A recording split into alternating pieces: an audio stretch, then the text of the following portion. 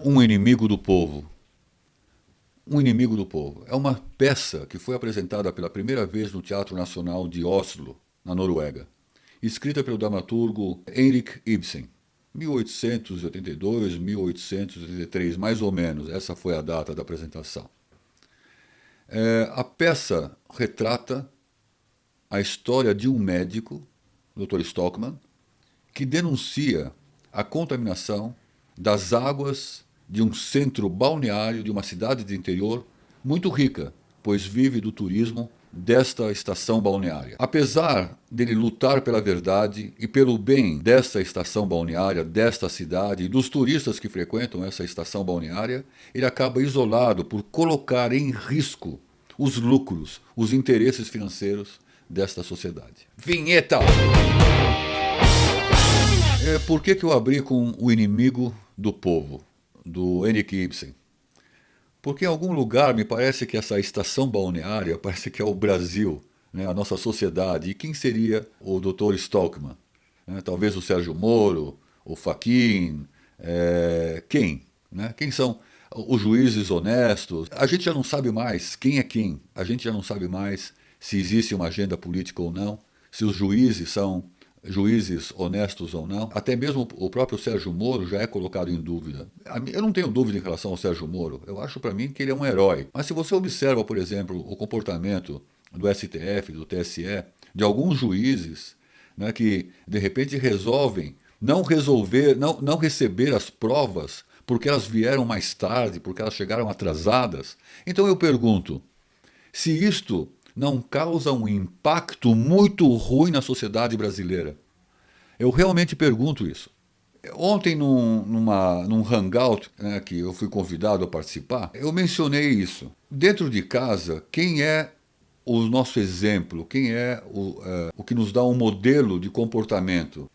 Se não é o seu pai, a sua mãe, a sua família. Não é? Até existe um ditado, né, que veio de berço, não é mesmo?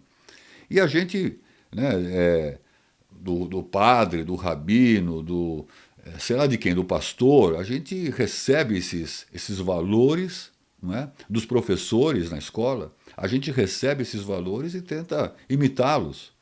A gente transforma, a gente pega ídolos, né, do futebol, da música, do teatro, né, das ciências, intelectuais, não é mesmo? E a gente tenta é, se colocar na sociedade, a nossa postura, o nosso modelo de comportamento é mais ou menos baseado nesses ídolos que nós temos, ou nesses exemplos, quer seja por um bom exemplo, por admiração ou por medo. Né? No caso, algumas coisas talvez você faça errado e acaba, né, sendo reprimido com um tapinha na mão do seu pai, da sua mãe, ou com uma multa. Né? Se você ultrapassou a velocidade, você não vai preso, né? Mas você recebe uma multa consequentemente, se você continuar com infrações desse tipo, você acaba perdendo a sua carta de motorista. Se você sonegar os impostos de renda, por exemplo, você pode chegar, inclusive, a ser preso, não é mesmo? Isso não estou falando de crimes hediondos, nada disso, estou falando de crimes como sonegação, por exemplo, de impostos. Então, quando você vê um comportamento onde juízes estão soltando pessoas que já foram condenadas, e essa disparidade que existe, por exemplo, entre uma pessoa que roubou 1 litro de leite e pega 1 ano de cadeia, de prisão, e um cara que roubou milhões, fica em casa, em sua mansão com tornozeleira. Então eu pergunto, será que a justiça realmente ela é a mesma para todos? Conversando com um advogado, um amigo meu uma vez, ele falou que sim, que a lei é a mesma para todos.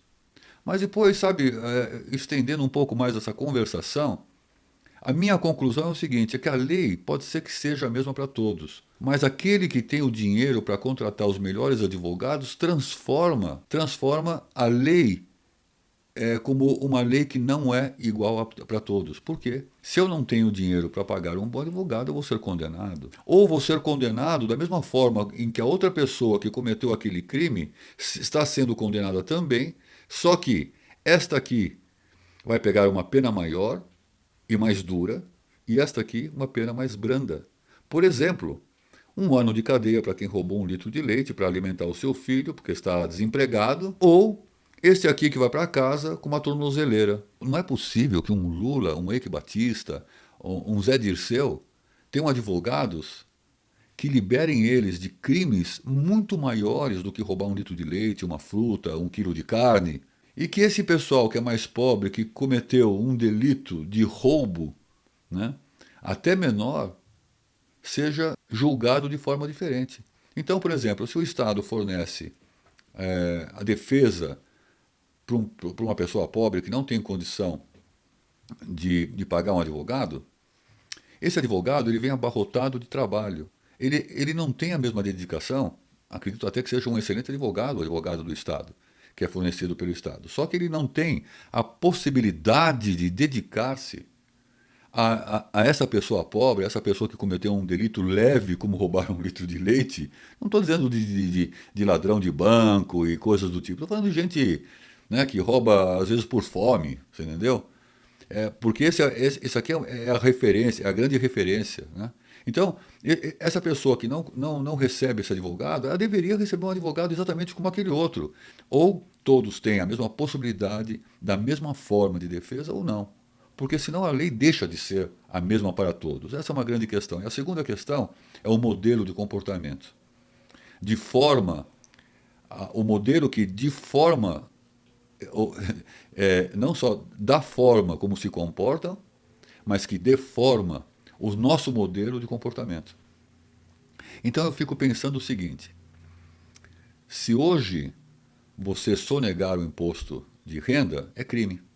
É crime, é hoje e ontem, né? Mas como pode um juiz que solta inocentes, que diz que prova de crime não é prova, porque chegou atrasado, então não é prova, porque não foi mencionado antes, então não é prova? Porque veja esse argumento, né? No julgamento da chapa Dilma, né? Temer-Dilma, porque não foi admitido antes, porque não foi admitido depois, porque não foi falado antes, porque devia ter falado depois. Então, o que, que é? Então, prova não é prova atrasada não é prova, porque chegou um pouco mais tarde não é mais prova. E todas essas manipulações, né, para inocentar o culpado, né? Então, em algum ponto, realmente, isso, a soltura do Ike Batista, porque é soltura, né? É libertação de preso. O Ike Batista em casa com tornozeleira, o Zé Dirceu em casa com tornozeleira, né? O Lula, né, apesar de eu ser eu ser fã do Sérgio Moro, né, essa solução, eu até entendo, essa solução de cautela do Sérgio Moro, de uma certa forma, dizem que existe uma genialidade por detrás disso, porque quando ele for lá para a instância do Rio Grande do Sul, aí que é lá que vai ser feita a coisa realmente. Eu não entendi bem o porquê disso, se alguém quiser explicar aí, explica aí nos comentários, tá? Mas, mas tudo isso nos leva a uma grande confusão. Eu acho que o povo brasileiro está confuso, já não sabe mais o que é lei, já não sabe mais vale a pena roubar, não vale a pena roubar. O medo está se perdendo, né? Principalmente os políticos já não têm mais medo.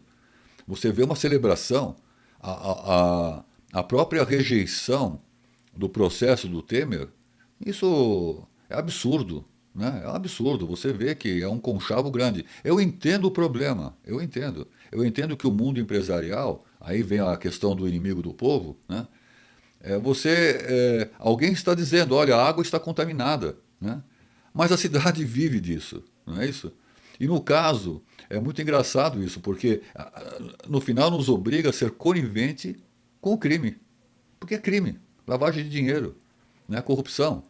Então, e todos esses políticos, e não é um partido, não é o PT, não é o PMDB, não é o PSB, não é o PC, não é o sei lá que partidos mais, entendeu?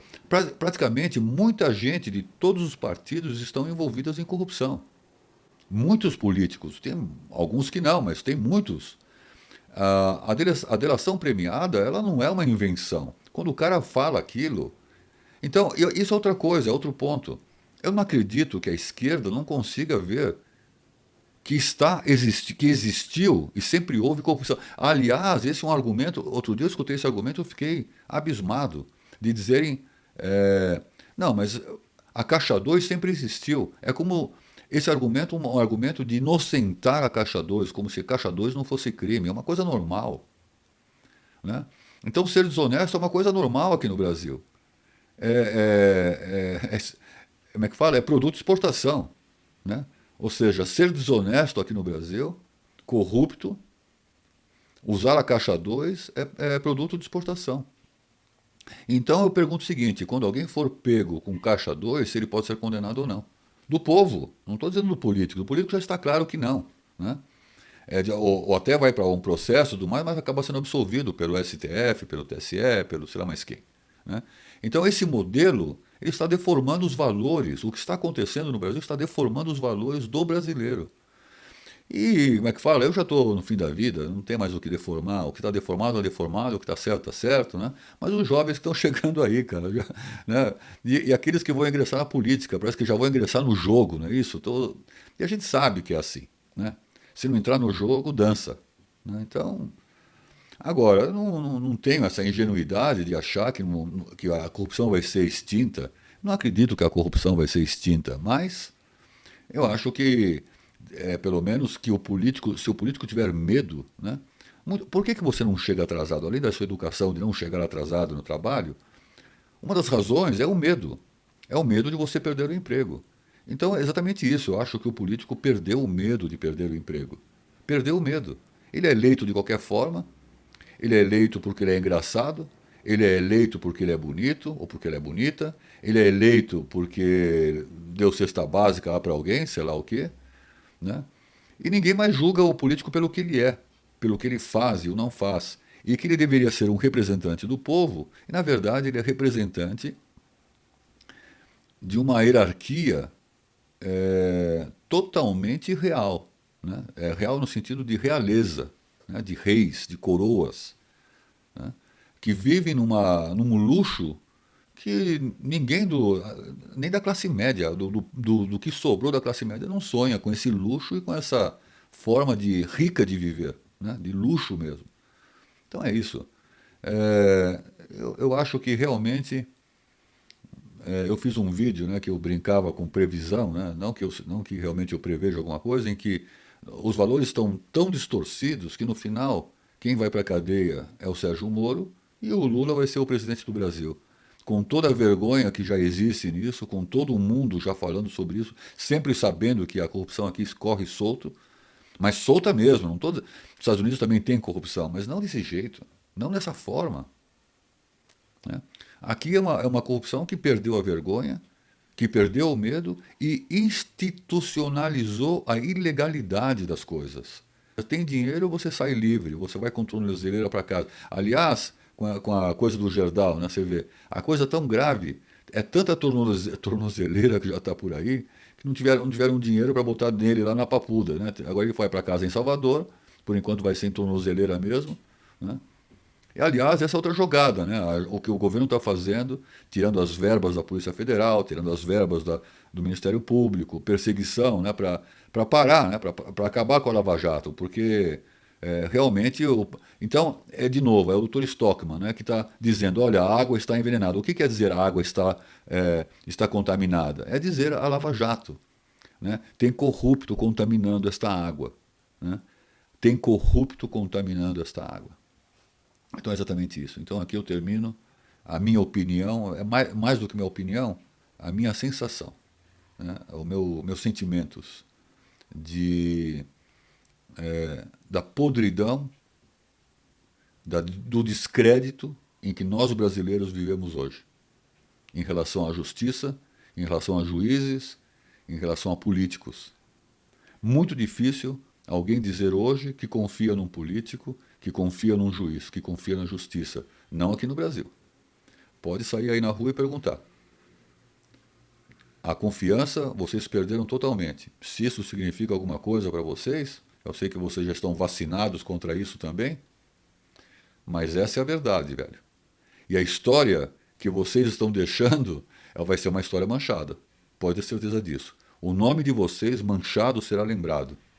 E aqueles que não, terão o seu nome, não sei se isso importa, né? Porque depois que vocês morrerem, viraram cinza, né? Que nem eu, né? Quando morrer, vira cinza, foda-se, não é isso mesmo? Se isso não importa para vocês, então é isso aí que vai ficar mesmo. Tá? É a cinza podre do que vocês representaram no Brasil. Zangão Blues.